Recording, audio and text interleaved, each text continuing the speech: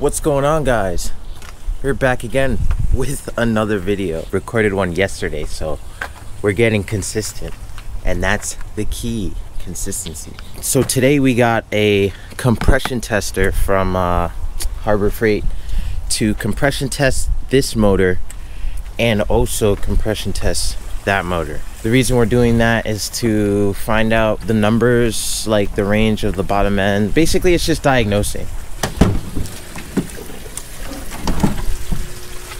When we compression test this motor, we'll be able to find out whether the head gasket is blown, or if there's top end issues, or whether the bottom end or has like ring problems, like piston ring problems or something like that. We're gonna get on with it. First thing is to take off the spark plug covers. We're gonna do it on the other motor first.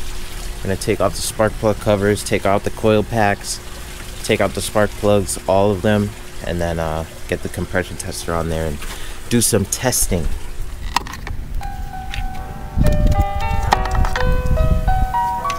It's going to be two 10mm on each side to get them out, and then you're going to pull the plug up and push back, and it'll come out.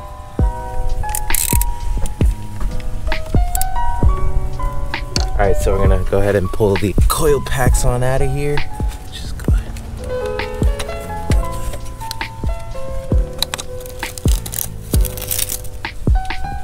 And that's the first one, and you're gonna make sure you keep them all in order.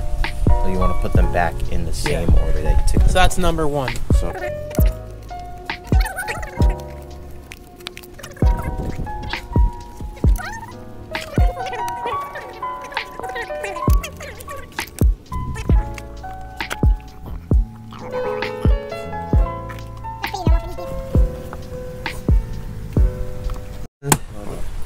We're hooked up on the bottom end for the compression tester, and we're just basically we're gonna turn the engine over 8 times, and we're looking for anywhere above 150 but below 200 and between like 7 to 10 psi of like variation between each cylinder.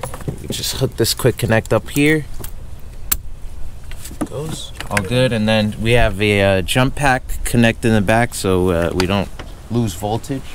We had to hook up the jumper cables in the back there, as you can see, to keep it running.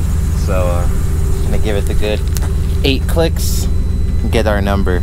We did cylinder 1 already, didn't get it on video, so here's cylinder 2. Go ahead.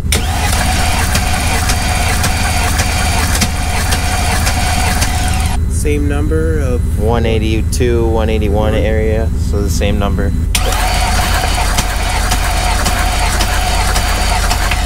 It was still kind of going up. You want to hit it again? Okay. 181, 182, 181. We knew this motor was good. We're not expecting anything to be off, because if you saw in the last video, which you should have watched, if you didn't, go and watch it right now, this motor runs fine. But that motor is the one that we're expecting not to be as good, consistent with the numbers. Cylinder 4.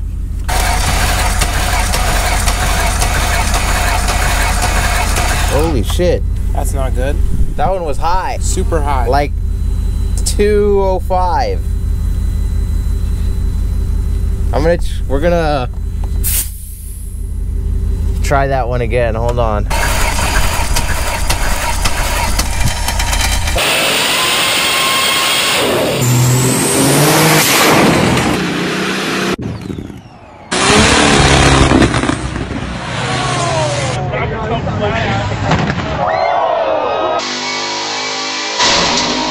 Stop. Whoa. Broke the starter. Or the flywheel. Alright, so starter blew up on that car, so we got half the cylinders done and they were all at 180s. We do know the car runs fine, so we're just gonna leave it at that. Now time for this one. We did get a nice wipe down after the rain, so it's nicely shining.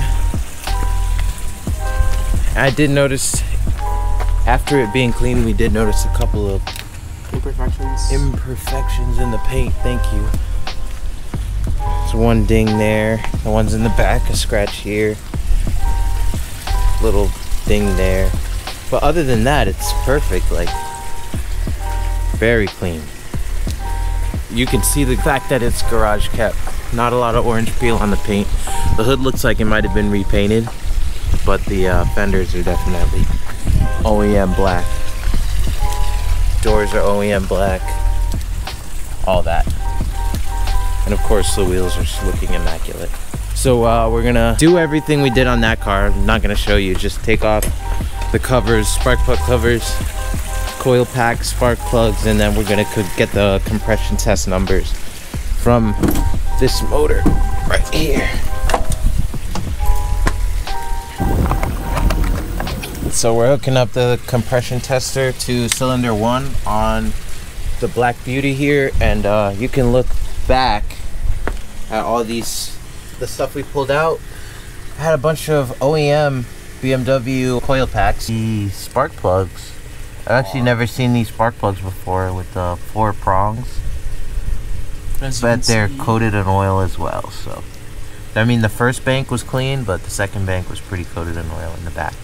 So that's what we're dealing with here. We're gonna hook this up, get a compression test in cylinder 1 and 5, and then give it a rest so that we don't blow up another starter.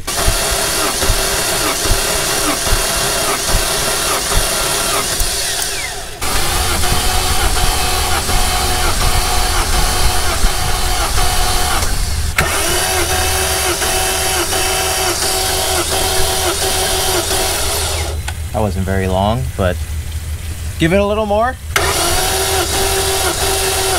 So we're running 180s across the board basically. We're on the last cylinder. Between 178 and 182 was our compression so far. And right now we're on cylinder 8. And we're gonna test that now.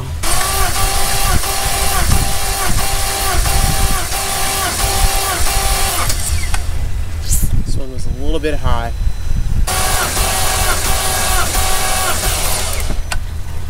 Okay. So 183 is the highest. the highest one it stayed at. It's still high, but that's more like it than 200. Yeah. This engine gets a pass.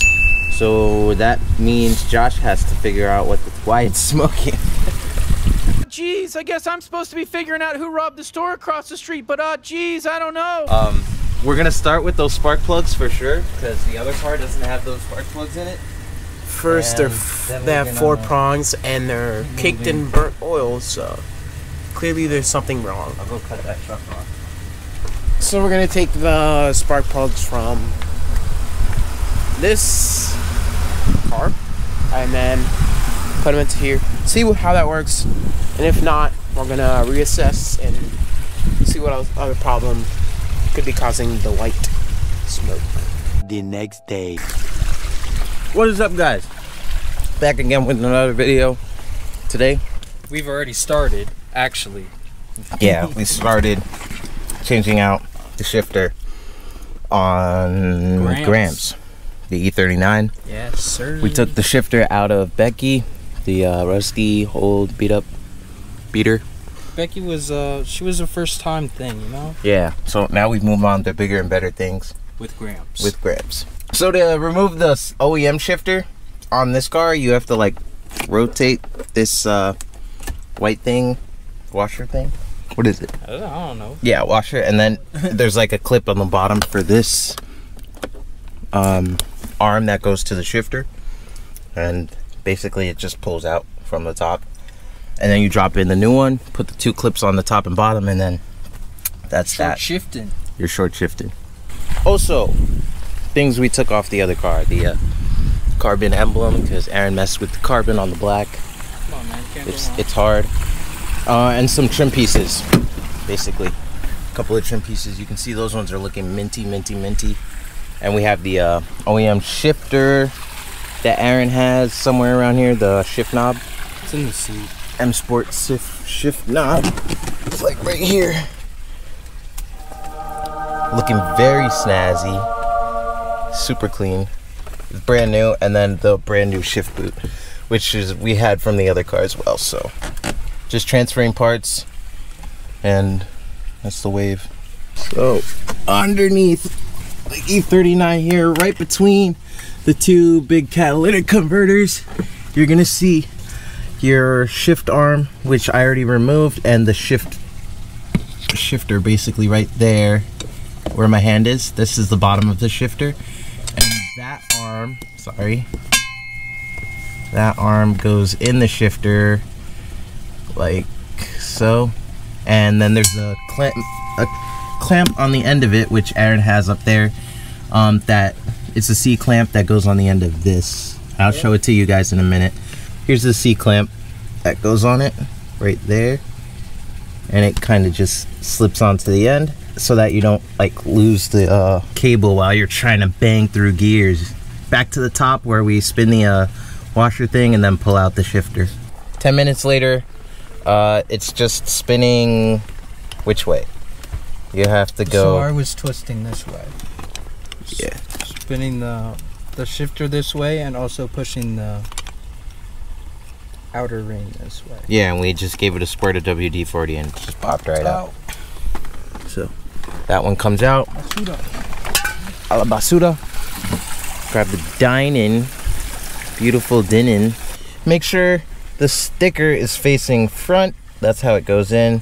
It's not going to look normal. It's going to be like, first would be like hitting the front. So you got to make sure that you put it in this way so that it's first and then second. Really short throws, really nice. I'm gonna just pop it in now, like at the bottom, and then there's two clamps, C clamps, that go in here and then at the bottom, and then put the rod back on, and she's short shifting.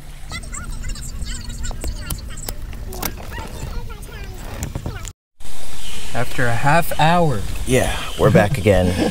Finally, we had to take one of the seals off because it was just not fitting in there. So we took the bottom seal off and left the top seal on and just forced it in. And it went in, so we're just gonna send it like that. Hopefully it's not too squeaky or anything like that because it's missing a seal. This is how it looks like all buttoned up here. As you can see on the bottom there. This is how it looks, and then we're gonna go ahead and install our foam pieces and all that and get it back together, starting with this.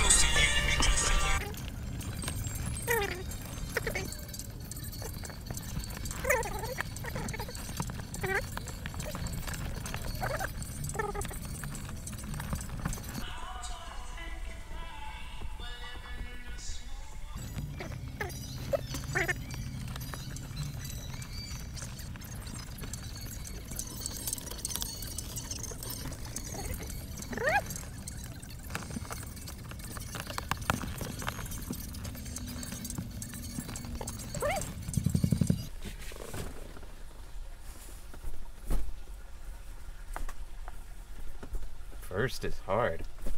Oh, there it is. Just had to get worked in. It's fine. So we got the short shifter done on Gramps here, and now Aaron is currently taking off the front bumper so that we can replace it with this brand new M5 front bumper. Nice. Pretty snazzy upgrade over the regular 5 Series front end. So yeah, we're just gonna throw on the front bumper. We got the M5 fog lights, and just go through and show you guys how to do that. Right now, Aaron, we took the wheels off, and Aaron is taking off these 8s to in the wheel well so that we can get the front bumper removed from there. And I'm gonna continue on this side. It's these 8mm. 1, 2, 3. There. All right, we're now taking out the torque screws. There are 2 located in the front here, T50s. Yeah. They're behind the Grills. the grill part. Yeah. Grills came from over here.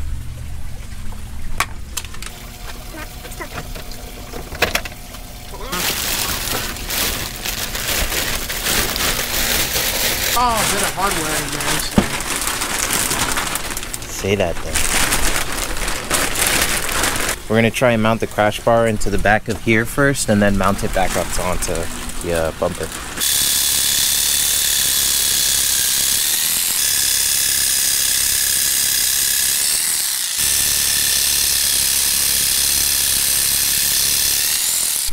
Okay, so as you can see, we got these adapters that'll go straight on to the fog lights, and they're fitted with these, which will plug straight into there. We got these off of the other BMW because Gramps did not have the right fittings, so we got these from the pre-existing fog light fittings. We are done for the day. The BMW is buttoned up. The M5 front bumper is on. It's looking clean. The fog lights are functional. Aaron's gonna fire them up for us in a second. Get a nice front end view. Oh yeah. They look good. Immaculate. So that's what it looks like with the M5 front bumper on. Can't really see the grill, but it's there. We're definitely going to get, what was it, a carbon fiber front lip that you wanted for this thing? And that is pretty much it. Passed the compression test and we got the short shifter in. So quick run through again. Shifter looks nice. Half as much throw. I wish we got on video how much of a throw it was before, but this is a lot sportier feel. You can get through all the gears a lot quicker and not sheer. And then that's how the front end looks. Once again, loving it. So that's it for the video. I'm gonna thank you guys for watching. If you're still watching, you might as well just subscribe and leave a like. So, and a comment too. Let us know what you think of the BMW and all the rest of the cars we got here at the garage. So that's it. Catch you guys in the next one. Peace.